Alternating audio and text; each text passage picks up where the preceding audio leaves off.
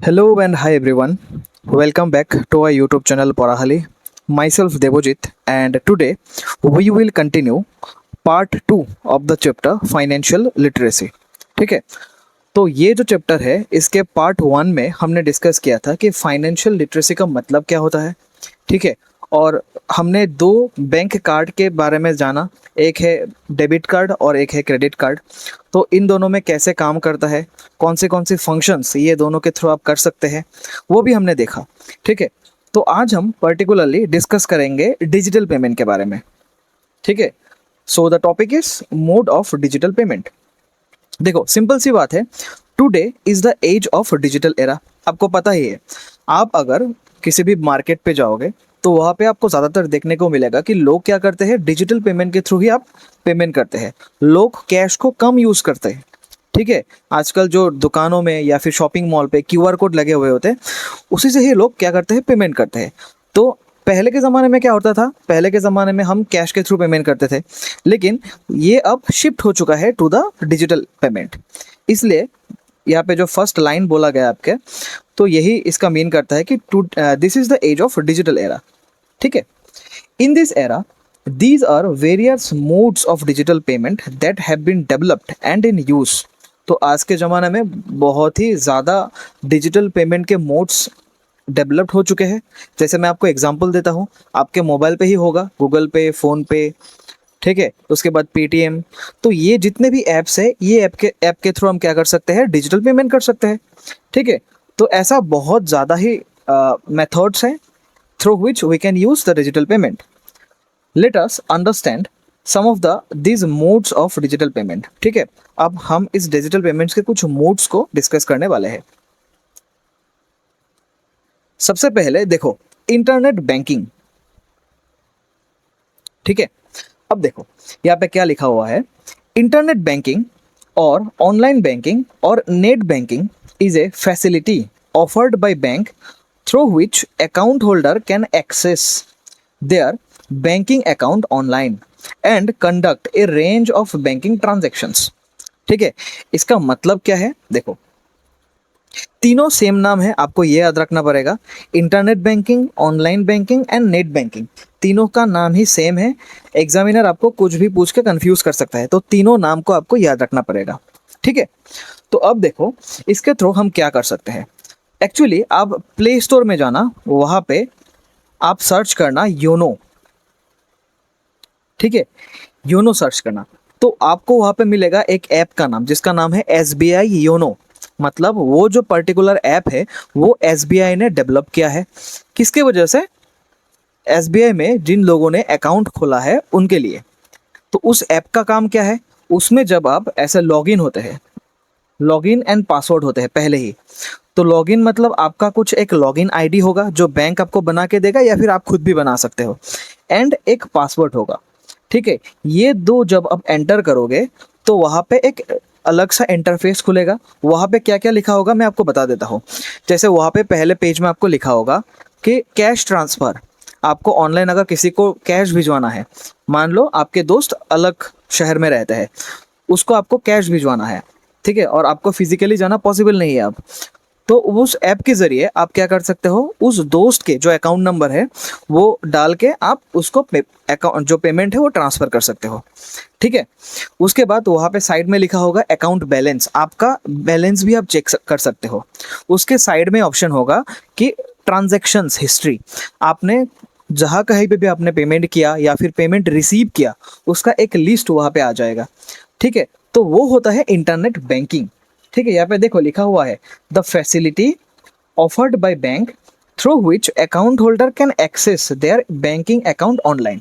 ठीक ठीक है, अब देखो एसबीआई ने क्या किया, ये एक ऐप को डेवलप किया, किसके लिए, उसके कस्टमर्स के लिए, ताकि जिसके पास भी एसबीआई का अकाउंट है वो अकाउंट होल्डर उस ऐप को यूज़ करके बैंक जो अकाउंट है उसका उसका इन्फॉर्मेशन ऑनलाइन ले सकते हैं and conduct a range of banking transactions.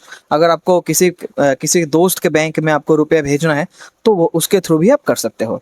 ठीक है, individual require a laptop, smartphone और tablet and an internet connections for availing the internet banking services.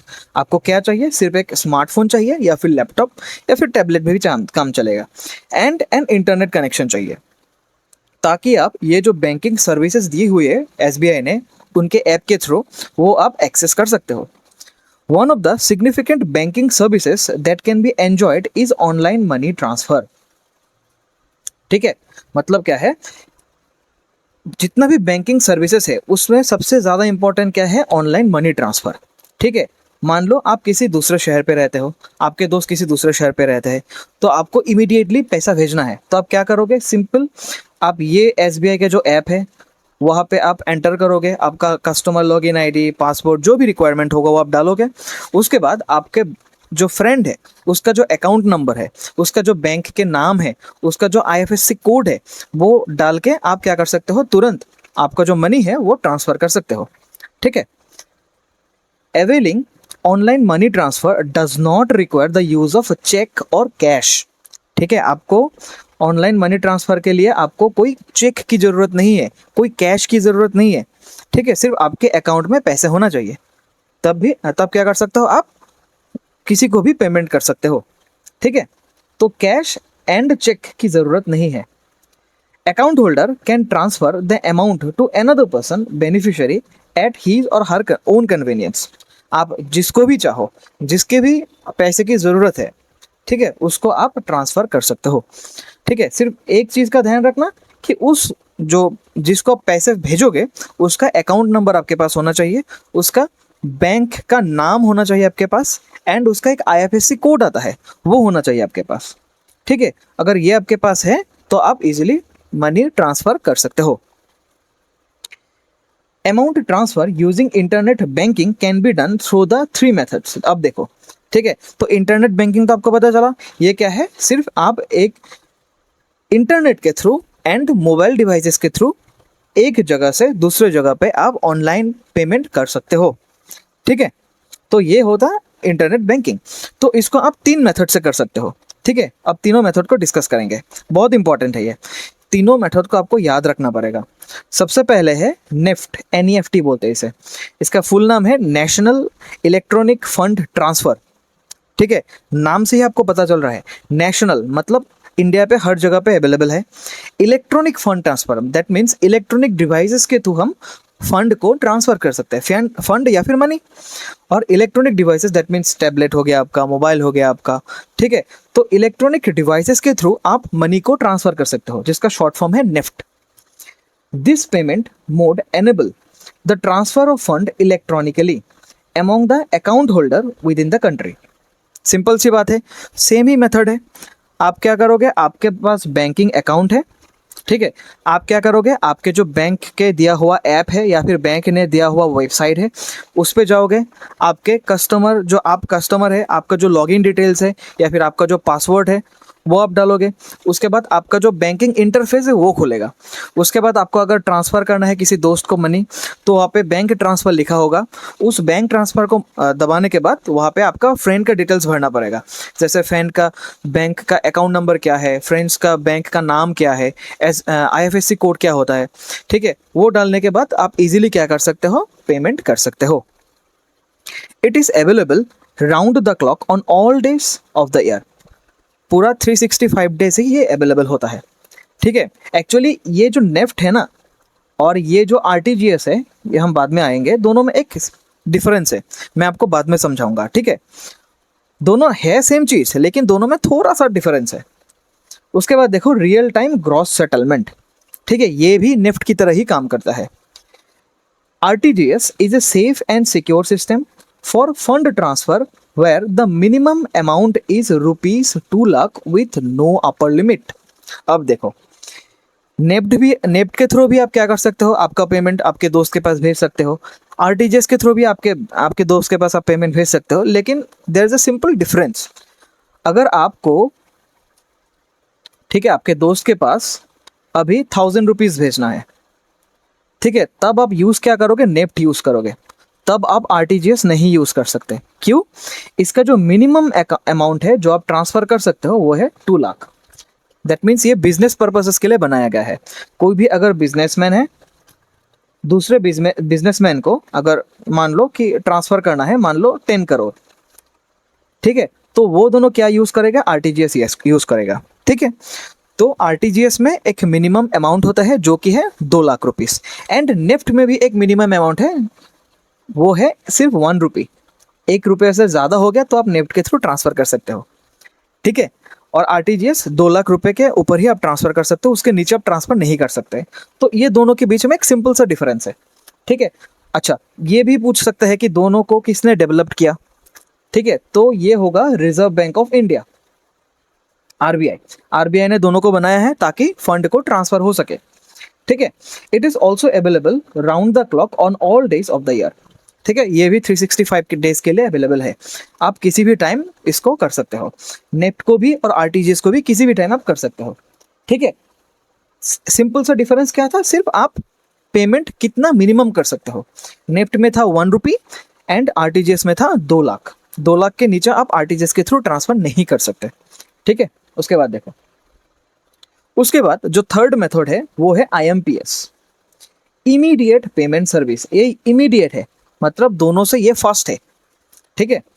IMPS provide instant fund transfer, instantly आप fund transfer कर सकते हो।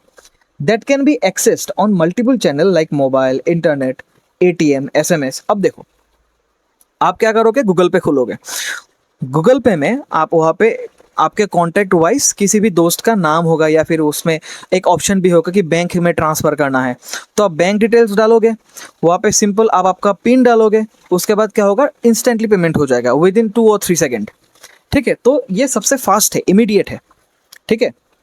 हालांकि आजकल क्या होता है पता है, गूगल पे में आप तीनों मेथड ही कर सकते हो, नेफ्ट भी कर सकते हो, आरटीजीएस भी कर सकते हो, एंड आईएमपीएस भी कर सकते हो।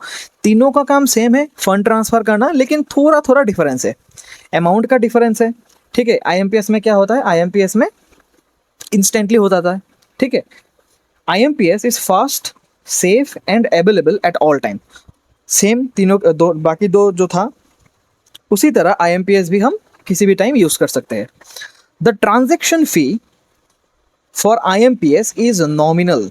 अब देखो, यहाँ पे ट्रांजैक्शन फी भी लगता है।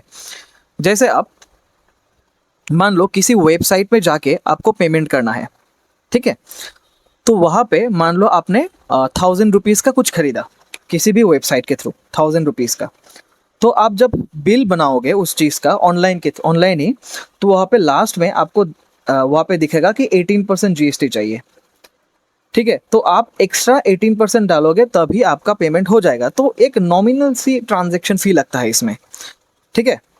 तो अल्टीमेटली ये वो जीएसटी फीस ही है जो कि नॉमिनल है, ठीक है, ट्रांजैक्शन फी की तरह लिया जाता है उसे। There is a transfer limit of ₹2 lakh per transaction. IMPS के थ्रू आप एक लिमिट लगाया हुआ है। जैसे देखो, आरटीजीएस में क्या था, मिनिमम लिमिट था, मैक्सिमम लिमिट नहीं था। अगर किसी बिजनेसमैन को ट्रांजैक्शन करना है, उसको 2 लाख के ऊपर पैसा भेजना होगा, लेकिन उसका कोई अपर लिमिट नहीं है। वो अगर चाहे तो 100 करोड़, 1000 करोड़, 1000 करोड़, 2000 करोड़ कुछ भी भेज सकता है आरटीजीएस के थ्रू, ठीक है। लेकिन आईएमपीएस में एक अपर लिमिट है, मतलब आप हर ट्रांजैक्शन में 2 लाख से ज़्यादा आप कर नहीं सकते, ठीक है। मान लो आपने 2 बजे 2 PM को एक दोस्त को आपने, ठीक है, आपको पैसे भेजना है, तो आप सोचोगे कि देखो ट्रांजैक्शन तो 2 लाख रुपीस पर ट्रांजैक्शन है, तो हम एक ट्रांजैक्शन में 2 लाख के ज़्यादा खर्च नहीं कर सकते।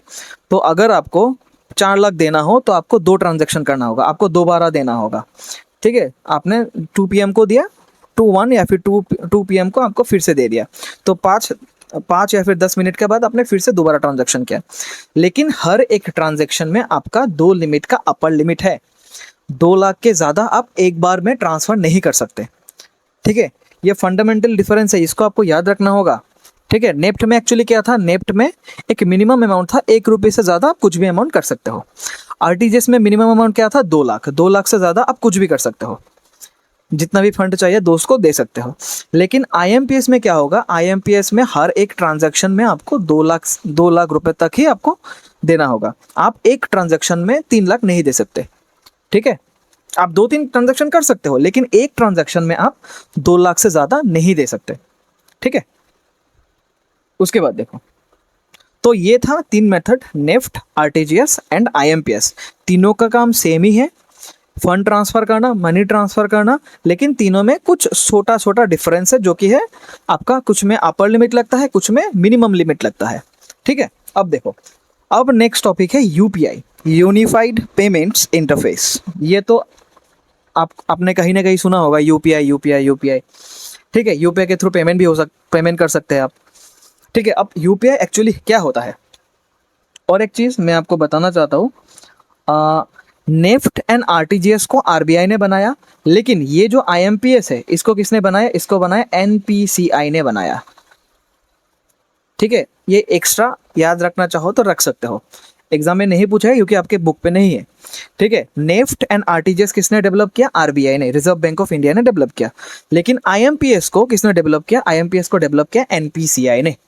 ठीक है, एक्चुअली एनपीसीआई का मतलब ये है, national payment corporation of India. NPCI ने यूपीआई को भी डेवलप किया, आईएमपीएस को भी डेवलप किया। ठीक है, उसके बाद देखो, UPI is an instant payment system used on mobile devices. ठीक है, तो यूपीआई आप मोबाइल डिवाइस पे इजीली यूज कर सकते हो, और ये क्या है, पेमेंट सिस्टम है, किसी को पेमेंट करना है, सिंपल सी बात। किसने डेवलप किया, एनपीसीआई ने डेवलप किया। कब किया, 2016 में किया। बहुत ही इंपॉर्टेंट सवाल है ये। ठीक है, यूपीआई को किसने कब डेवलप किया, एनपीसीआई ने किया, 2016 में किया। It is a very simple payment mechanism through UPI app in mobile phone that instantly transfer fund between the two bank using unique UPI ID। देखो, नेफ्ट आरटीजीएस में क्या होता था, आपके दोस्त के जो बैंक अकाउंट नंबर है, उसका जो बैंक का नाम है, उसका जो आईएफएससी कोड है, सब कुछ डालना पड़ता था, उसके बाद ही आप पेमेंट कर सकते हो। लेकिन यूपीआई में ऐसा नहीं है। यूपीआई में हर एक पर्सन का एक आईडी होगा। जैसे मान लो आपका नंबर है, मान लो फोन नंबर है 12345678 9, मान लो एग्जाम्पल, फॉर एग्जाम्पल ये आपका फोन नंबर है @YBL। ये एक आपका आईडी जनरेट हुआ। ठीक है, आप जब भी आप गूगल पे खोलोगे, फोन पे या फिर पेटीएम, वहाँ पे आपको साइड में लिखा होगा आपका यूपीआई आईडी ये है। ठीक है, तो यहाँ पे नाम भी हो सकता है, नंबर भी हो सकता है। ठीक है, किसी किसी का नाम है, किसी किसी का नंबर है, तो ऐसा नंबर होके @YBL या फिर ऐसा लिखा होगा ICICI। ठीक है, या फिर HDFC लिखा होगा ऐसा। ठीक है, तो इसको बोलते हैं यूपीआई आईडी। हर एक लोग का डिफरेंट डिफरेंट आईडी होगा, मतलब आपका और मेरा यूपीआई आईडी सेम नहीं है, डिफरेंट डिफरेंट होगा। ठीक है, अब मान लो आपको दोस्त को पैसा भेजना है, आपके दोस्त का अकाउंट नंबर आपको याद नहीं है, आपके दोस्त के आप जो आईएफएससी कोड है वो याद नहीं है, तो अब सिंपल क्या करोगे, ये दोस्त का जो यूपीआई आईडी है वो एंटर करोगे वहाँ पे। यूपीआई आईडी मारने के बाद आपका दोस्त का पूरा डिटेल्स वहाँ पे आ जाएगा। आपका दोस्त का नाम क्या है, कौन से अकाउंट में उसका मतलब कौन सी बैंक का अकाउंट है, सब कुछ आ जाएगा। उसके बाद आप पिन मार के वहाँ पे आप पेमेंट कर सकते हो। ठीक है, तो ये थोड़ा अलग है, इसको हर एक लोग को यहाँ पे आईडी मिलता है, उस आईडी के थ्रू ही आप पेमेंट कर सकते हो।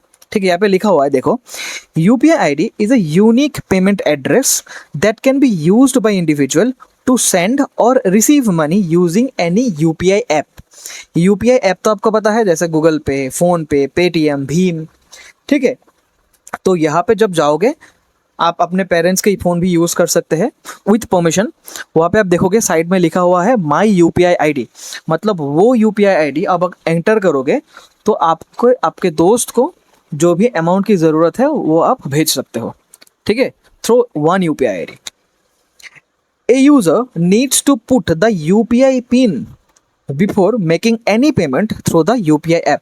और ऐसे पेमेंट नहीं होगा, जब आप यूपीआई आईडी को एंटर करोगे वहाँ पे आप अमाउंट डालोगे, उसके बाद आपका एक पिन ज़रूरत होगा। किसी किसी बैंक में वो 6 डिजिट का होता है, किसी किसी बैंक में वो 4 डिजिट का होता है। ठीक है, तो वो डिजिट आप जब एंटर करोगे उसके बाद ही पेमेंट होगा। दैट मीन्स ये पासवर्ड टाइप का है, एक सिस्टम है। ठीक है, example of UPI app include Paytm, phone पे, गूगल पे, Bhim and so on. UPI has the following features. अब देखो यूपीआई का कुछ फीचर्स है वो हम डिस्कस करने वाले हैं। ठीक है, UPI has made cashless payment easy, safe and instant. ठीक है, अगर आपके किसी दोस्त को मान लो 1000 रुपीज़ देना है तो आपको कैश देने की भी ज़रूरत नहीं है। आप सिंपल उसका यूपीआई आईडी लोगे, यूपीआई आईडी को डालने के बाद वहाँ पे आप इजीली ट्रांसफ़र कर सकते हो। तो ये कैशलेस पेमेंट है, आपको कैश देने की भी ज़रूरत नहीं है, डायरेक्ट उसके बैंक अकाउंट में ट्रांसफ़र हो जाएगा।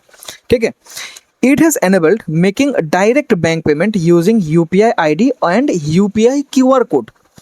ठीक है, अब देखो डायरेक्ट आप क्या कर सकते हो, आपके अकाउंट के थ्रू आपके बैंक आपके जो दोस्त है उसके अकाउंट में आप पैसे भिजवा सकते हो। ठीक है, मान लिया आपने 1000 रुपीज़ पेमेंट करना है दोस्त को, तो पहले 1000 रुपीज़ आपके बैंक जो अकाउंट है उसमें से डिडक्ट होगा, उसके बाद आपके दोस्त के वहाँ पे जमा होगा। ठीक है, using UPI ID and UPI QR code.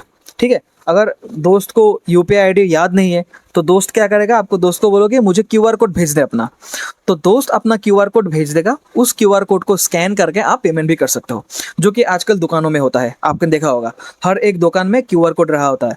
उस क्यूआर कोड को आप स्कैन करोगे तभी आप पेमेंट कर सकते हो। ठीक है, UPI follow reserve bank of India 2 factor authentication rule. ठीक है, अब देखो 2 फैक्टर ऑथेंटिकेशन क्या है, जैसे आपको अपना मोबाइल सेफ रखना है तो आप क्या करोगे, आप पासवर्ड सेट कर दोगे। अगर पासवर्ड किसी को नहीं पता तो आपके मोबाइल को टच भी नहीं कर सकते, खोल नहीं सकते इवेंचुअली। ठीक है, तो ऐसी क्या है 2 फैक्टर ऑथेंटिकेशन, मतलब 2 डिफरेंट टाइप का सिक्योरिटी फीचर्स है। ठीक है, तो याद रखना यूपीआई में 2 फैक्टर ऑथेंटिकेशन है, 2 टाइप का सिक्योरिटी फीचर होता है। ठीक है, the first factor links the mobile number two the bank. ठीक है, अगर आपको पेमेंट करना है तो आपके बैंक में जो भी मोबाइल नंबर रजिस्टर्ड होगा उसी नंबर से ही आपको भेजना पड़ेगा। ठीक है, and the second factor is UPI PIN that makes transaction safe for the from the unauthorised access.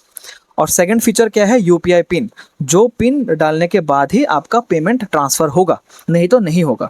पहले बात तो आपका जो बैंक अकाउंट है उसमें जो भी सिम आपका रजिस्टर्ड है वही से ही आपको यूपीआई पेमेंट करना है, नहीं तो दूसरा सिम यूज़ करोगे तो अकाउंट ही लिंक नहीं होगा आपका। ठीक है, तो फर्स्ट फैक्टर ये है, और सेकेंड फैक्टर क्या है, आपको यूपीआई पिन डालना है जो कि आप खुद सेट कर सकते हो। ठीक है, तो आप यूपीआई पिन डालने के बाद ही वो क्या होगा, आपका पेमेंट इनिशिएट होगा। It is useful in making payment for daily expenses, e commerce, bill payment etcetera. ठीक है, आपको जैसे मोबाइल का रिचार्ज करवाना है आप कर लो, ऑनलाइन कर लो। आपको डेली एक्सपेंसेस, आपको कोई शॉपिंग पे जाना है, आपको कुछ सामान खरीदना है, सिंपल सी बात है, आप यूपीआई क्यूआर कोड के थ्रू आप क्या कर सकते हो, पेमेंट कर सकते हो। The daily limit for standard UPI transaction is 1 lakh. ठीक है, डेली लिमिट मतलब आपको एक दिन में कितना रुपये सेंड कर सकते हो आप, 1 लाख। 1 लाख से ज़्यादा आप सेंड नहीं कर सकते।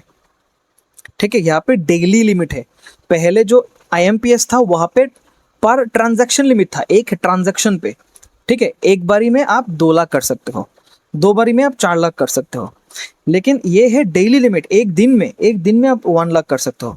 आपको अगर और भी पैसा भेजना है तो आपको नेक्स्ट दिन करना पड़ेगा। ठीक है, उसके बाद लास्ट टॉपिक देखो, precautions to be taken for using digital payment. हम अब क्या करते हैं, सभी लोग क्या करते हैं, डिजिटल पेमेंट करते हैं क्योंकि कोई कैश कैरी नहीं करता। तो जब हम यूज़ करेंगे डिजिटल पेमेंट तब हमें कुछ सावधानता बरकरार रखनी चाहिए। ठीक है, वो क्या है वो अब देखते हैं। कुछ चीज़ों में हमें अलर्ट होना चाहिए। देखो सबसे पहली बात क्या है, digital payment should not be made using public wifi hotspot in public places as they are less secure. देखो सिंपल सी बात है, आप किसी रेस्टोरेंट में खाने के लिए जाओगे तो अगर मान लो आपके पास इंटरनेट खुद का नहीं है, मोबाइल डाटा नहीं है आपका, तो आप क्या करोगे, रेस्टोरेंट वाले से बोलोगे कि आपका जो वाईफाई का पासवर्ड है वो मुझे दे दीजिए, आपका पेमेंट कर दूंगा मैं। लेकिन वो मत करना क्योंकि वो पब्लिक वाईफाई है। ठीक है, वहाँ पे हर कोई लोग यूज़ कर सकते हैं। एक्चुअली इन द सेंस कि वो पब्लिक भी नहीं है क्योंकि वो रेस्टोरेंट के लोग ही उसे यूज़ कर सकते हैं। पब्लिक वाईफाई क्या होगा, जैसे रेल स्टेशन में लगा हुआ है, जैसे बस स्टैंड में लगा हुआ है, मतलब जो वाईफाई से बहुत सारे लोग कनेक्ट होते हैं उसको बोलते हैं पब्लिक वाईफाई। वो यूज़ करके कभी भी आपका पेमेंट मत करना, क्योंकि अगर किसी ने ये पब्लिक प्लेसेस के जो वाईफाई है उसका हैक कर लिया तो आपका सारा इन्फॉर्मेशन वो चुरा सकता है। ठीक है, तो अगर आपको पेमेंट करना है तो सबसे बेस्ट है आपका खुद का जो मोबाइल का इंटरनेट है, जो मोबाइल डाटा है, उससे आप पेमेंट करिए, ठीक है। उसके बाद देखो, banking and the UPI app should be downloaded from verified sources. Such apps need to be updated regularly to latest versions. देखो, जैसे आपको पेमेंट करना है, पेमेंट करने के लिए आपको गूगल पे डाउनलोड करना पड़ेगा, तो आप कहीं से भी गूगल पे डाउनलोड मत करो, ठीक है। आपका क्या होगा, आपका मोबाइल पे एक प्ले स्टोर होगा, प्ले स्टोर वो वेरीफाइड है गूगल का, ठीक है। तो वहाँ से ही आप गूगल पे डाउनलोड कर सकते हो, किसी और सोर्स से आप डाउनलोड मत कीजिए, ऑफिशियल सोर्स से ही आप डाउनलोड कर सकते हो, जैसे गूगल प्ले स्टोर हो गया आपका, ठीक है। एंड ये जो ऐप है उसको रेगुलरली अपडेट भी करना है, ठीक है, ताकि पेमेंट बहुत अच्छे से हो सके। उसके बाद देखो, strong password and PIN should be set that cannot be easily guessed by unscrupulous persons, ठीक है। अब देखो, कोई कोई रखता है यूपीआई पिन 1 2 3 4 5 6, ऐसा मत कीजिए। आप एक यूनिक यूपीआई पिन सेट कीजिए ताकि किसी को पता ना चले, ठीक है। अगर ऐसा सेट करोगे 1 2 3 5 4 6 1 1 1 1 1, तो जो कोई भी आपका अगर चोरी हो जाए मोबाइल या फिर कुछ भी, तो ये कर सकते हैं, कोई दूसरा आदमी ये प्रेडिक्ट कर सकते हैं कि ये आदमी ऐसा ही रखेगा 1 2 3 4 5 6, तो वो भी पेमेंट कर सकते हैं आपके अकाउंट के थ्रू। तो ये ऐसा मत कीजिए, आपको कुछ यूनिक डिजिट आपको सोचना है और उसको पिन के हिसाब से सेट करना है, ठीक है। आप मोबाइल का पासवर्ड स्ट्रॉन्ग कर दीजिए, आप अपना यूपीआई पिन जो है उसे स्ट्रॉन्ग कर दीजिए ताकि बाहर के लोगों को पता ना चले। Also password, pin and OTP should never be shared with anyone. ये आपको बहुत सी ध्यान रखने की बात है। आपको बैंक ऐसा फ़ोन आएगा, आपको स्कैम कॉल आएगा, वो बोलेगा कि मैं एसबीआई बैंक की तरफ से बात कर रहा हूँ, ठीक है। आपके अकाउंट पे एक ओटीपी जाएगा आपके मोबाइल नंबर पे, वो ओटीपी मुझे बता दीजिए क्योंकि आपका अकाउंट ब्लॉक हो चुका है, ऐसा बोलेगा। उसके बाद आपके मोबाइल पे ओटीपी आएगा, आप इजीली मोबाइल के ओटीपी आप उसके साथ शेयर कर दोगे। ऐसा मत करना, ओटीपी किसी के साथ भी शेयर मत करना, किसी की भी साथ भी, ठीक है। वो सिर्फ ओटीपी आप जब अगर खुद यूज़ करोगे तो ही आप खुद से यूज़ करना, ठीक है। अगर बाहर वाला कोई भी आपसे ओटीपी मांगे तो वो मत देना, ठीक है। तो पासवर्ड भी आपको किसी से शेयर करना नहीं है, पिन, ओटीपी, ये कुछ अभी आपको शेयर करना नहीं है। उसके बाद देखो, sensitive informations like UPI ID, customer login ID, mobile number, bank account detail should not be shared with unknown individuals or unsecured website, ठीक है। आजकल कुछ स्कैम वेबसाइट होते हैं, आपने देखा होगा जब गूगल क्रोम पे जाओगे, कुछ भी सर्च करोगे तो वहाँ पे ऐड आएगा, आपको जीतना है, आपने 1 लाख रुपया जीता है, आपने 2 लाख रुपया जीता है, तो उसे कभी भी क्लिक मत करना, ठीक है। वहाँ पे जब आप क्लिक करोगे तो वहाँ पे बोला जाएगा कि आपका मोबाइल नंबर दीजिए, आपका बैंक का अकाउंट दीजिए, आपका जो यूपीआई आईडी है या फिर कस्टमर लॉगिन आईडी है वो दीजिए, आप 2 लाख रुपए जो जीते हैं आपके पास भेज दिया जाएगा। वो कभी भी मत करना, ये एक स्कैम है, ठीक है। तो कहीं भी आप ये इंफॉर्मेशन शेयर मत करना, ओनली वेरीफाइड वेबसाइट में ही शेयर करना। जैसे आपको एसबीआई की वेबसाइट में खोलना है ताकि आपको पता चले आपके बैंक अकाउंट में कितना बैलेंस है, तो आप कर सकते हो क्योंकि एसबीआई का खुद का वेबसाइट है, वो वेरीफाइड है। लेकिन कोई दूसरा इंडिविजुअल या फिर कोई दूसरा वेबसाइट में आप मत जाना और वहाँ पे जाके ये इन्फॉर्मेशन मत शेयर कर देना, ठीक है। The recipient details like bank account number, UPI ID, mobile number should be checked very carefully to ensure that the money is not sent to the wrong recipient. मान लो आपके दोस्त को आप पेमेंट करना चाहते हो, तो दोस्त का जो अकाउंट नंबर है, यूपीआई आईडी है या फिर कुछ भी डिटेल्स है, तो आप दोबारा से वेरीफाई करना कि सही है या गलत है। अगर एक भी डिजिट गड़बड़ हो गया तो वो जो पैसा है वो दूसरे अकाउंट के चला जाएगा, दूसरे लोगों के अकाउंट में चला जाएगा। तो अब जब भी अपने दोस्त के या फिर आपके जो पेरेंट्स होगा उसके मोबाइल नंबर या फिर उसका कोई यूपीआई आईडी, उसका कोई बैंक डिटेल्स डालोगे तो 2 बार 3 बार वेरीफाई कर लेना, ठीक है, कि सही डाला है, उसके बाद ही पेमेंट करना। उसके बाद यूपीआई पिन इज रिक्वायर्ड, एक second, UPI pin is required only to make payment, not needed to receive money. Similarly, QR code should be never be scanned for receiving money. ठीक है, ये देखो बहुत इंपॉर्टेंट बात है, सिंपल बात है। UPI PIN required only to make payment, not needed to receive money, ठीक है। मान लो किसी ने आपको बोला कि आप अपना यूपीआई पिन डालिए, मैंने आपको 1000 रुपीज़ भेजा है, आपको रिसीव हो जाएगा, वो मत करना। मनी रिसीव करने के लिए यूपीआई पिन की ज़रूरत नहीं है, मनी सेंड करने के लिए यूपीआई पिन की ज़रूरत है। ठीक है, अगर आपको पैसे अपने पास से किसी दूसरे के पास भेजना है तब भी यूपीआई पिन डालिए।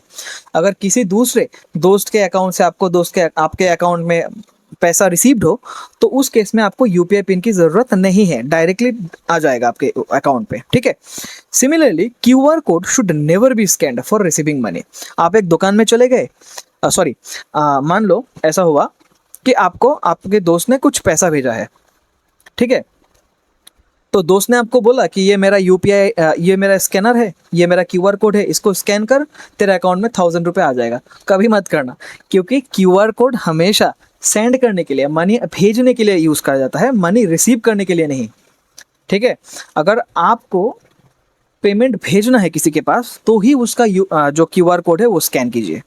आप अगर रिसीव करना चाहते हो मनी तो कभी भी क्यूआर कोड आप स्कैन मत कीजिए। ठीक है, सिंपल सी बात है, हम यूज़ करते हैं लेकिन पता नहीं चलता, लेकिन ये बहुत ही इंपॉर्टेंट बात है, इसको आपको ध्यान से समझना चाहिए। ठीक है, तो आज का जो भी मैंने समझाया आपको, अगर किसी भी चीज़ में मुझे डाउट है, ठीक है, आपको डाउट है सॉरी, तो मुझे आप कमेंट सेक्शन में बताना या फिर टेलीग्राम में बताना। ठीक है, और ये जो चैप्टर है ना आपको ध्यान से सीखना है, क्योंकि इसका जो रियल लाइफ एग्जांपल है वो बहुत ज़्यादा है। आप हर रोज़ क्या करते हो, यूपीआई आईडी के थ्रू कैश पेमेंट करते हो, ऑनलाइन ट्रांसफ़र करते हो, कुछ भी करते हो आप, लेकिन आप इस बात को ध्यान में नहीं रखते कि क्या क्या सेफ्टी या फिर क्या क्या सावधानता हमें रखनी चाहिए ये पेमेंट करने समय। और आजकल आप देखोगे इंडिया में ऑनलाइन फ्रॉड, ऑनलाइन स्कैम बहुत ज़्यादा होता है। ठीक है, one of the highest in the world. तो इसी बात पे आपको थोड़ा प्रिकॉशंस लेनी चाहिए, थोड़ा अलर्ट होनी चाहिए जब भी आप पेमेंट करें।